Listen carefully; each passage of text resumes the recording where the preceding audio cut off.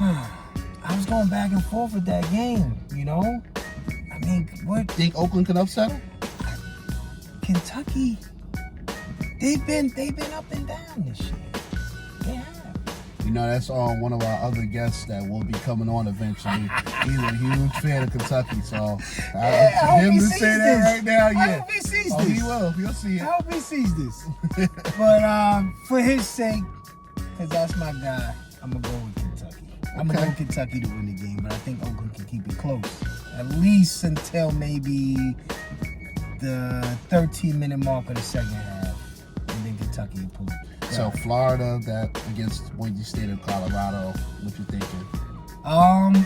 Florida, they lost their center in the SEC championship that's right. game. They lost their center, and it basically took the life out of them. Now, you know, with kids, you don't know if they're either going to rally around it or it's going to be a little deflating. I think it might be the latter because of the fact of when the injury happened. Now, if the injury happened, say, game 25 or 26, you're able to play through it. Right. Now, when you're going into the tournament, you know, how are you going to adjust to that? You know, how are you going to be able to, you know, you don't have that voice that you can look to in the, you know, in the huddle when things get tough.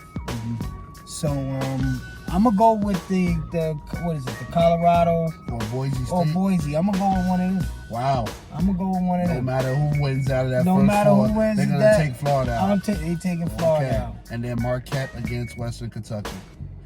I watched Marquette's offense against Connecticut, and it wasn't that Impressive? No. For them to be a number 2 seed, I like Marquette, but I'm going to take the points with the 15. Okay. You know, I'm going to take the points with the 15 seed. All right. And maybe do the under. Okay. The under in that game. They're top seeded Purdue. All right. They're going to play against another first four out of either Montana State or Grambling. And then Utah State in the 8 and 9 against TCU. I don't know what it is with Purdue, with them being a high seed, but the last 3 or 4 years, they've gotten knocked out.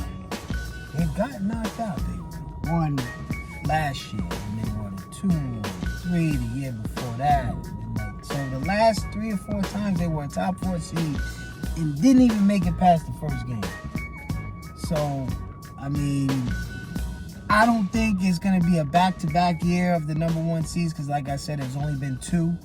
But Purdue, they scare me overall. So if you have them winning the tournament, I don't know. I wouldn't. But I'll pick them for that first game. Utah State and TCU. Let's go with TCU. I'm going to go with the conference. Okay. I'm going to go with the conference. Gotcha. I'll go with the Big 12. Okay. When it's a game that I really don't know, I usually side with the conference. So Gotcha. I'm going to go with the better conference. 8 and 12 is Gonzaga and McNeese State. And then Kansas, the number 4, will play against Sanford. Sanford College. I've never heard of Sanford. I've never heard of them before. So I'm already making my pick right there with that.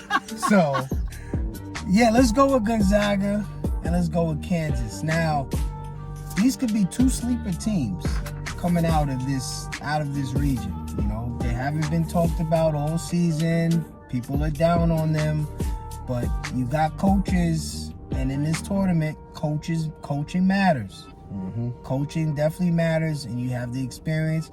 Bill Self, 2 championships. Yes. Right? Yes. Mark Few doesn't have a championship, but he's Final Fours and he's been to the big game. So I like what they're going to bring in this tournament.